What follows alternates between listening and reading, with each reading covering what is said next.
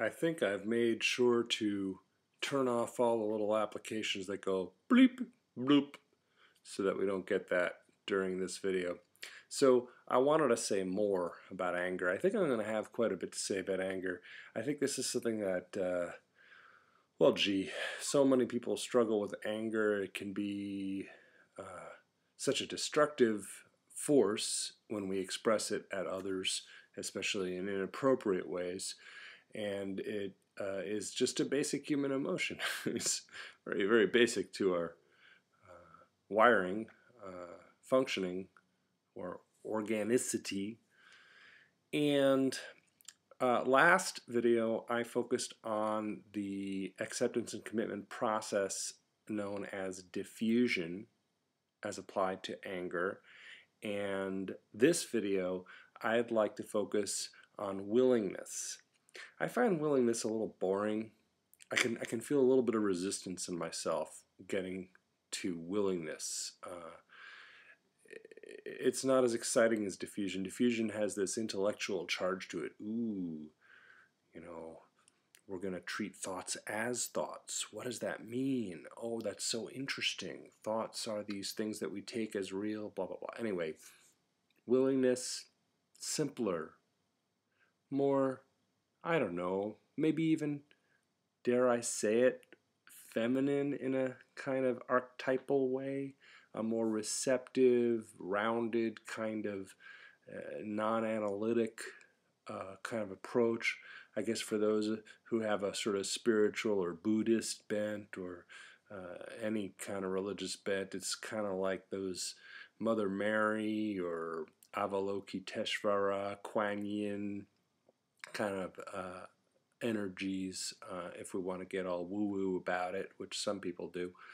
But in more behavioral terms, this is really very simple behavior. It's not that weird. It's called being willing to have what you already have without clenching up and trying to push it away. Just opening to it. Breathing with it. If anyone's done any training for childbirth, there's a lot of willingness in childbirth training.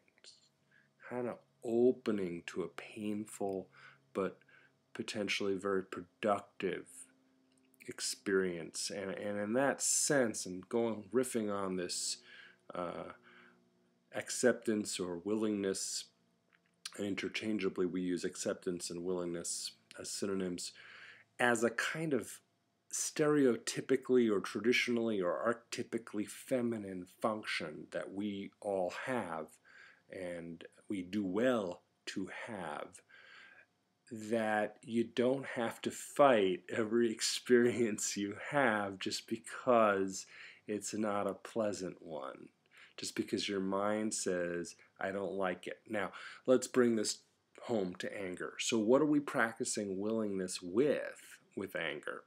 And you can go back and watch. I have a basic video on willingness somewhere back there. So these practices of opening, making room psychologically for something that we'd rather not make room for, and if we had our druthers, we'd just make it vanish. But we can't. It's not workable. It's like pushing against a brick wall. It's probably not going to get anywhere, and it might hurt our hands, and meanwhile, our hands are tied up and pushing against a brick wall. It'd be nice to have my hands free to do something else, even if this pain or this anger or this other unwelcome experience won't go away just yet. So with anger, it's real interesting because people have observed, psychologists and others have observed before, that anger is sort of a self-reinforcing emotion because it's tied to very self-righteous thoughts. Someone, I think, might have been Aaron Beck, called it a moral emotion, moral emotion. It's one where I'm saying, I'm right. I'm right. Only I am right. The other guy, gal, lady, person, robot, she-male, whatever, is wrong. And I'm right. And all anger has that in common. Now, that doesn't mean that it's always bad. You know, someone's trying to do something horrible to somebody else, anger might be really useful in that context. It might be really a very helpful source of motivation for skillful action if used properly. And in any number of other contexts, someone is abusing me in some way, abusing another person. Someone is misusing or abusing their privileges or their power in some way. It's various forms of injustice.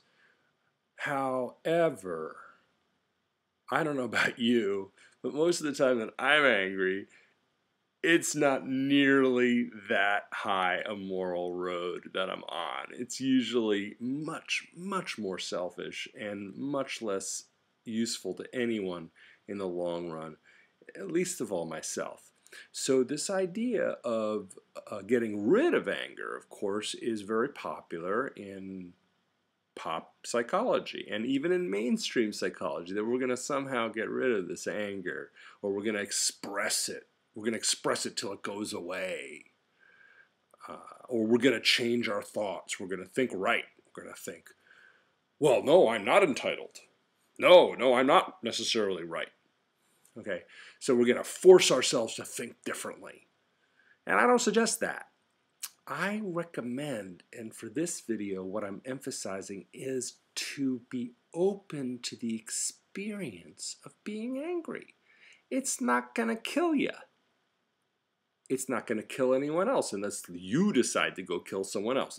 Then it'll kill. But it's not the anger that's killing anyone. It's you, if you should do so. It's not the anger that's yelling at someone. It's you. You did that. You made that, as someone once said recently. So the paradox is, when we're willing to have really unpleasant feelings, anger sometimes is quite unpleasant to have, particularly when we feel like we're not getting to discharge it in the way we want to. We're not getting to lay into the person that we want to lay into, or whatever it is, the institution, or whatever it is. So that feeling of thwarted anger, anger mixed with frustration, and frustration about the anger, that tends to be a really unpleasant feeling, but we don't want to feel unpleasant feelings. So what we try to do is we try to get rid of it by acting on it, often in unskillful ways, often in destructive ways, often in ways we might regret as soon as 5 minutes later. When we talk about commonplace anger, everyday anger, we are often a little regretful of what we've done in a fit of anger. So an alternative to that would be to sit with the feelings themselves. And I had a client recently say, well, isn't that the same as bottling it up? I don't think so. I don't think so. Bottling it up, I think, what people mean by that is actually not taking action on it and not feeling it. Just muting out, just numbing out. Some people are good at that. I've never been particularly good at that. But some people have a talent at just numbing out and bottling up, and I don't suggest that either. I think there's some research that shows that might even damage your body. No. This is not bottling up. This is sitting with the feelings just as they are. So here comes the part that I always find a little boring to teach, and maybe it's a little boring to do, but let's do it. Let's sit here for a few moments. Think about something that made you angry recently. Government shutdown. All right, there it is for me. Okay, I can feel that. There's sort of a tight feeling around my forehead. I can feel my muscles of my forehead pulling together, almost like a headache forming. I can feel a prickly feeling in my shoulders. I can feel wanting to breathe a little faster.